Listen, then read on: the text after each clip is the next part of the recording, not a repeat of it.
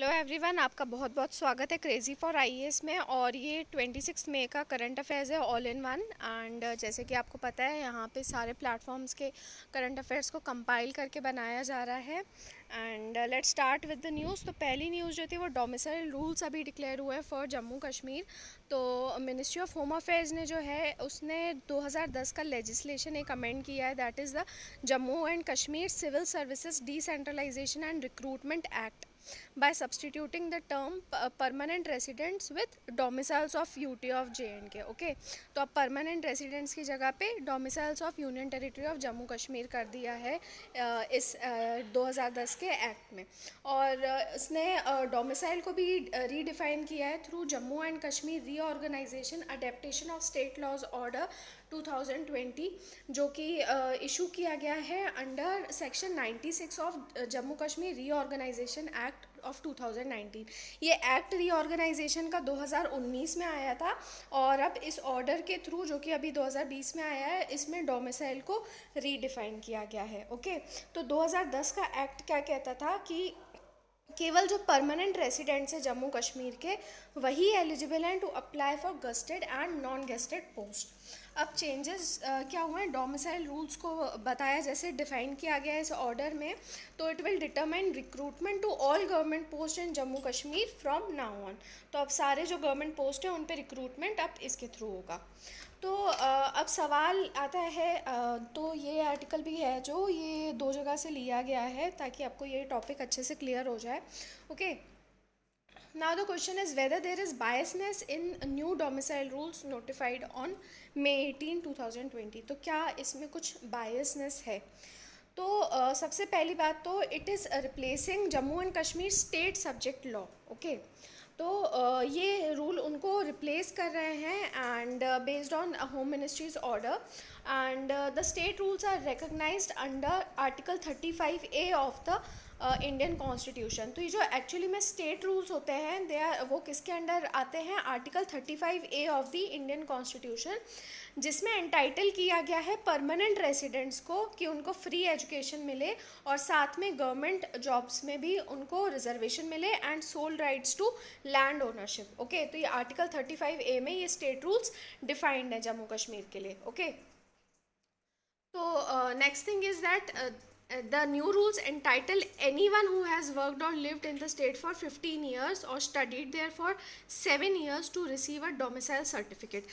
अब जो पहले बात क्या थी, केवल परमानेंट रेसिडेंट्स के लिए कुछ चीज़ें अलाउड थी, लेकिन अब कह दिया है कि जो ये रूल्स हैं उसमें कोई भी ऐसा इंसान जो वहाँ पे, जिसने वहाँ पे काम किया है या जो रहा है 15 साल के लिए या फिर जिसने 7 साल के लिए वहाँ पे पढ़ाई की है, उसको डोमिसाइल सर्टिफिकेट मिल सकता है और वो सारे बेनिफिट्स मिलेंगे जो कि अभी तक परमानेंट रेसिडेंट्स को केवल मिलते थे।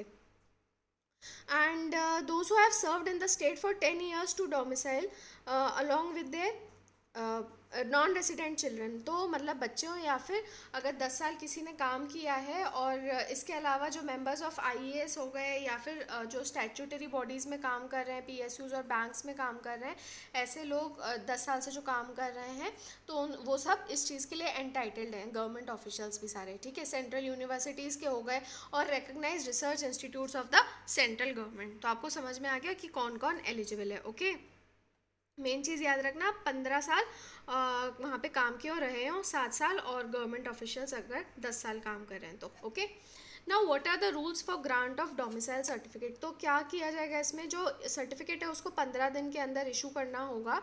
एंड जो ऐसे रेसिडेंट्स जम्मू कश्मीर के, अभी तक जो स्टेट था जम्मू कश्मीर का, उसमें उसके रेसिडेंट थे लेकिन वो बाहर रह रहे थे, तो वो अपना केवल परमानेंट रेसिडेंट सर्टिफिकेट जो अभी तक पीआरसी था, या फिर उनके राशन कार्ड की कॉपी या वोटर कार्ड या कोई और वैलिड डॉक्यूमेंट देकर डोमिसाइल ले सकते हैं। ओके, और ऐसे माइग्रेंट्स जो not registered with the relief and rehabilitation department, वो भी इसमें माइग्रेंट्स को भी इसमें फ़ायदा मिलेगा। तो वो भी कैसे ले सकते हैं, अगर उनके पास में document of electoral rolls of 1988 या फिर कोई प्रूफ ऑफ रजिस्ट्रेशन हो कि मतलब वो यहाँ पे माइग्रेंट के तौर पर आए हैं, या ऐसा कोई दूसरा वैलिड डॉक्यूमेंट, तो उनको भी डोमिसाइल मिल जाएगा। ओके, और आप इस जो सर्टिफिकेट है उसको ऑनलाइन भी ले सकते हो।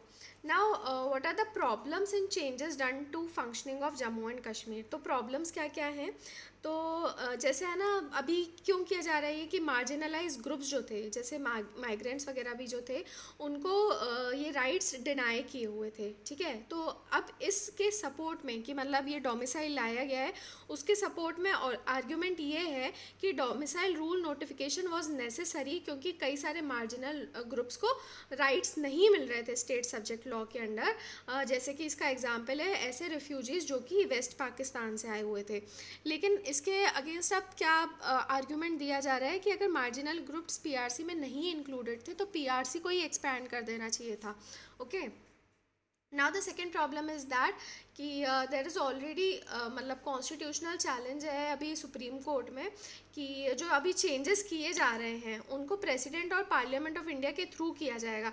लेकिन इस बात को भूल गए हैं कि आप ये जो लेकर आ रहे हो ऑर्डर, वो किसके अंडर लेकर आ रहे हो? आप लेकर आ रहे हो रीऑर्गेनाइजेशन एक्ट ऑफ 2019 के अंडर, जो कि खुद अभी कॉन्स्टिट्यूशनली चैलेंज्ड है in the supreme court. Okay, then there is lack of trust building. तो जो JNK का रीऑर्गेनाइजेशन अनाउंस किया गया था, तो कई सारी कमिटीज़ बनाई गई थी जम्मू कश्मीर के एसेट्स को बांटने के लिए between the two new union territories. Okay, तो जैसे स्टेट पुलिस जो था उसको डायरेक्ट रूल के अंडर रख दिया गया था यूनियन होम मिनिस्ट्री के, और अपर हाउस जो था असेंबली का उसको अबॉलिश कर दिया गया था।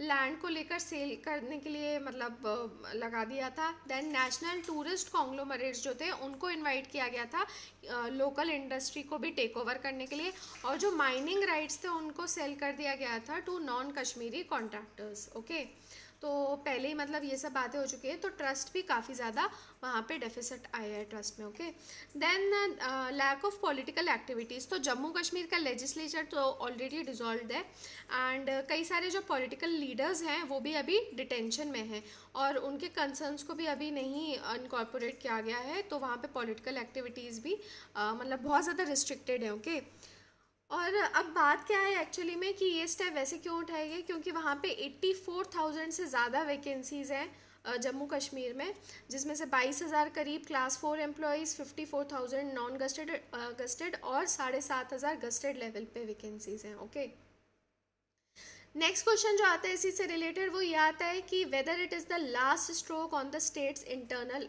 ऑटोनॉमी। ओके, तो आर्टिकल 35A और स्टेट सब्जेक्ट लॉ जो है जिसकी हम बात कर रहे थे, कायदे से इनको माना जाता है that they are the last remaining bastion of the state's internal autonomy. जो महाराजा हरी सिंह ने इंस्ट्रूमेंट ऑफ एक्सेशन साइन किया था, उसमें एक इंटरनल ऑटोनॉमी गारंटी की जानी थी स्टेट को, उसके लिए 35A और स्टेट सब्जेक्ट लॉ आखिरी ऐसे ऑब्जेक्ट्स हैं। और ये जो लॉज हैं they are linked to Kashmiri identity और कश्मीरीज का कैसे एम्पावरमेंट किया जाए थ्रू एजुकेशन एंड एम्प्लॉयमेंट, इसलिए हमने देखा कि कैसे रिजर्वेशन वगैरह दिया गया था। इसके अलावा फिर ये भी डर है कई लोगों को कि there is fear of demography change. तो जब से आर्म्ड इंसर्जेंसी होना शुरू हुई 1990s में, तो कई कश्मीरी पॉलिटिकल लीडर्स को ये डर रहा है इंडियन इंटेंशन का कि वो मुस्लिम मेजॉरिटी वैली की डेमोग्राफी और कई जो ऐसे जम्मू डिस्ट्रिक्ट्स हैं मुस्लिम मेजॉरिटी वाले, वहाँ की डेमोग्राफी बदल जाएगी। Okay, then there is rise in armed encounters. तो इन लॉज के गिरने के साथ ऑलरेडी जो डिसअफेक्शन था वो और ज़्यादा एक्सपोनेंशियली मल्टीप्लाई हो जाएगा, और आर्म्ड इनकाउंटर्स जो हैं वो पहले से ही बहुत ज़्यादा हैं इस यूटी में, and the security situation is extremely fragile. Okay, तो इंटरनल ऑटोनॉमी को मतलब अगर ऐसा धक्का लगेगा तो वही बात है कि ये सारी चीज़ें और ज़्यादा बढ़ सकती हैं। Now analysis of liquidity push. तो आत्मनिर्भर मिशन जो अभी आया उसमें 20 लाख करोड़ का रिलीफ पैकेज दिया गया है to achieve self reliance in various sectors of economy. अब ये जो पैकेज है ये कायदे से दो मोड्स का है, एक तो लिक्विडिटी पुश करने के लिए और दूसरा फिस्कल स्पेंडिंग बढ़ाने के लिए ताकि इकोनॉमी को स्टिमुलस मिले। तो इसमें जो बात की गई है वो मतलब की गई है लिक्विडिटी पुश की। ओके, तो लिक्विडिटी क्या होती है? It refers to ease of access to cash, यानी कोई लिक्विड एसेट ऐसा वो होता है जिसको ईजिली बेचकर या रिप्लेस किया जा सकता है कैश से। ठीक है, तो लिक्विडिटी को ट्रांसमिट करने के लिए मेन इंटरमीडियरीज जो हैं वो हैं बैंक्स और NBFCs। ठीक है, non banking financial corporations. And अब क्या स्टेप्स लिए गए हैं लिक्विडिटी को पुश करने के लिए? तो एक तो है targeted long term repo operations. तो TLTRO, तो TRO क्या होते हैं?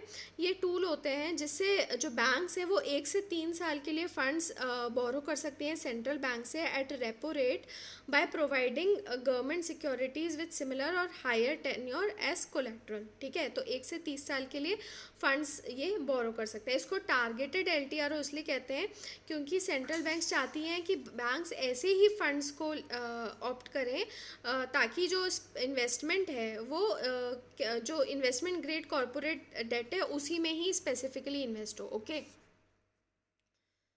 NBFCs के थ्रू कैसे? तो जो सिडबी हो गई, नबार्ड हो गए और NHB हो गए, तो ये रीफाइनेंसिंग एजेंसीज हैं जो कि लोन्स प्रोवाइड करती हैं अलग अलग इकोनॉमी के सेगमेंट्स को, जिससे स्टिमुलस और डिमांड बढ़ती है। तो अब गवर्नमेंट ने लिक्विडिटी को पुश करने के लिए क्या किया है कि इनको पार्शियल या फुल क्रेडिट गारंटी दे दी है अगर उनके क्लाइंट्स डिफ़ॉल्ट कर जाएं, यानी अगर वो डेट नहीं रीपे कर पाते हैं तो पार्शियल या फुल क्रेडिट गारंटी दी जाएगी इनको। Then there is temporary increase in the disposable income.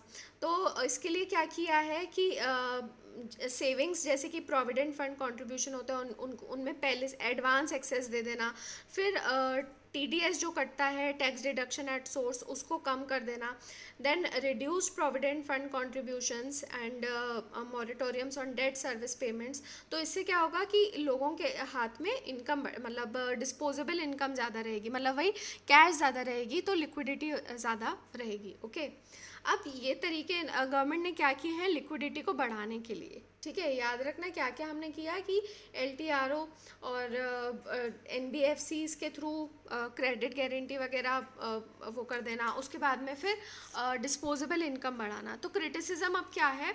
तो पहली बात तो ये है कि मार्केट में डिमांड ही नहीं है। कोविड लॉकडाउन के चक्कर में ऑलरेडी 122 मिलियन जॉब्स का लॉस हुआ है, जिसकी वजह से इनकम भी लोगों की कम हुई है और इस वजह से उनमें डिमांड भी कम है।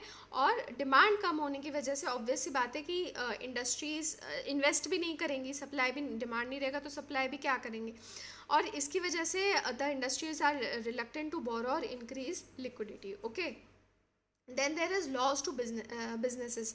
तो जो छोटे बिजनेस हो गए, बड़े और बड़े बिजनेस भी हो गए, उनको बहुत ज़्यादा लॉस हुआ है और ऑलरेडी मतलब काफ़ी लॉस में थे, और फिर इकोनॉमी के स्लो डाउन की वजह से उनकी दिक्कतें और ज़्यादा बढ़ गई है, इसलिए वो नए इन्वेस्टमेंट और नई बोरोइंग्स नहीं करना चाहते हैं। Then there is weaker transmission of repo rate policy. तो RBI पिछले 1 साल से लिक्विडिटी को बढ़ाने के लिए रेपो रेट तो घटाता जा रहा है, लेकिन बैंक्स जो हैं वो बोरोअर्स को पूरे बेनिफिट्स पास ऑन नहीं कर रहे हैं because of the issue of NPA। Okay, तो अब सजेशन क्या है? तो हमने स्टार्टिंग में कहा था कि आत्मनिर्भर का जो मिशन है उसमें 2 मोड है। एक तो हमने कहा लिक्विडिटी पुश और दूसरा हमने कहा था फिस्कल स्पेंडिंग। तो अभी जो गवर्नमेंट का पूरा था वो लिक्विडिटी पुश करने के लिए था, तो अब सोल्यूशन ये है कि इनको फिस्कल स्पेंडिंग बढ़ानी चाहिए। ओके, तो इससे क्या होगा? फिस्कल डेफिसिट तो बढ़ जाएगा, ऑब्वियस सी बात है, लेकिन शॉर्ट टर्म में लिक्विडिटी बढ़ जाएगी। ठीक है, और इकोनॉमी जो है वो बहुत तेज़ी से रिवाइव करेगी। और लिक्विडिटी पुश मेजर से क्या होगा कि ये लॉन्ग टर्म स्टेप्स हैं, तो इससे इतना ज़्यादा फिस्कल स्टिमुलस नहीं मिलेगा, तो फिस्कल स्पेंडिंग को बढ़ाना चाहिए टू गेट फिस्कल स्टिमुलस। और इसमें क्या क्या किया जा सकता है? By new and additional transfers to people and cash and kind, wage subsidies, equity support and spending on employment programmes, मतलब डायरेक्ट कैश उन लोग को ज़्यादा से ज़्यादा मिले। तो इससे इमीडिएट डिमांड भी बढ़ेगी इकोनॉमी में और फर्म्स का इन्वेस्टमेंट भी फिर बढ़ेगा।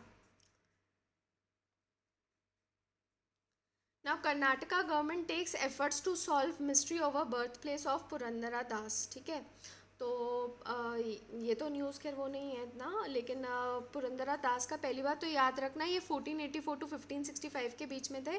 ही वॉज अ हरिदास। हरिदास क्या होता है? यानी कि सर्वेंट ऑफ लॉर्ड हरि या lord Krishna, and he was a renowned composer of Carnatic music, Vaishnav poet, saint and a social reformer, and वो डिसिपल थे of philosopher saint Vyasa Tirtha and contemporary of another great Haridas, Kanaka Dasa. ठीक है, तो पुरंदर दास और कनक दास कंटेम्प्रेरी सेंट्स थे, हरिदास थे दोनों। एंड उनके जो काफ़ी कॉन्ट्रीब्यूशंस रहे हैं कार्नाटिक म्यूज़िक में पुरंदरदास के, तो इसकी वजह से उनको पितामह या फिर फादर ऑफ कार्नाटिक म्यूज़िक भी कहा जाता है। And he made Shrimad Bhagavatam available to everyone in simple and melodious songs. और इसके अलावा इन्होंने बेसिक लेसन्स फॉर्मुलेट किए थे कार्नाटिक म्यूज़िक को टीच करने के लिए बाय ग्रेडेड एक्सरसाइजेस जैसे स्वरावलीज एंड अलंकार्स।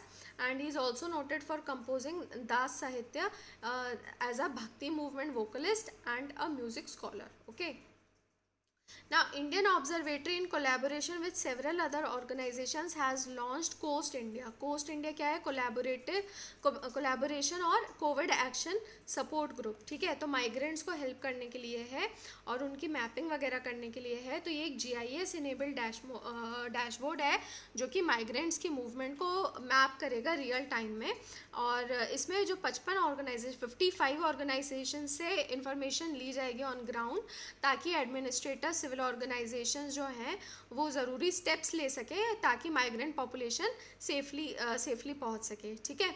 और इंडिया ऑब्जर्वेटरी क्या है? ये इंडिया की पहली socio economic ecological open source integrated जो स्पेशल डेटा प्लेटफॉर्म है जिसको 2019 में लॉन्च किया गया था। ओके, और इसका काम क्या है? टू प्रोवाइड कॉम्प्रीहेंसिव इंफॉर्मेशन 3 चीज़ों के बारे में, इंडिया का सोशल, इकोलॉजिकल और economic parameter on a single platform, ताकि लोकल लेवल डिसीजन मेकिंग में वो सप्लीमेंट कर सके। Okay, now restart programme by Andhra Pradesh government for MSMEs।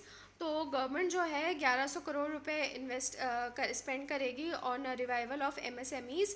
और इसमें कई सारे स्टेप्स और उठाए जा रहे हैं कि जो मिनिमम पावर डिमांड चार्जेस हैं 3 महीने के लिए उन्हें वेव ऑफ कर दिया जाएगा। और MSME से 360 प्रोडक्ट्स करीब गवर्नमेंट परचेज करेगी और पेमेंट्स को 45 डेज़ में क्लियर कर दिया जाएगा। एंड स्किल्स जो भी चाहिए होंगी MSMEs के लिए they will be imparted through skill development colleges. Okay, तो याद रखना रीस्टार्ट प्रोग्राम किसका है? आंध्र प्रदेश गवर्नमेंट का। और किसके लिए है? For MSMEs। Okay, so that was all from the news of today. So I hope आपको अच्छा लगा होगा। तो अच्छा लगा तो प्लीज़ शेयर कीजिए, लाइक कीजिए और सब्सक्राइब कीजिए हमारे चैनल को, और अपने फीडबैक ज़रूर देते रहिए ताकि हम इसे और ज़्यादा इम्प्रूव करते रहें। So keep studying and stay crazy. Have a nice day.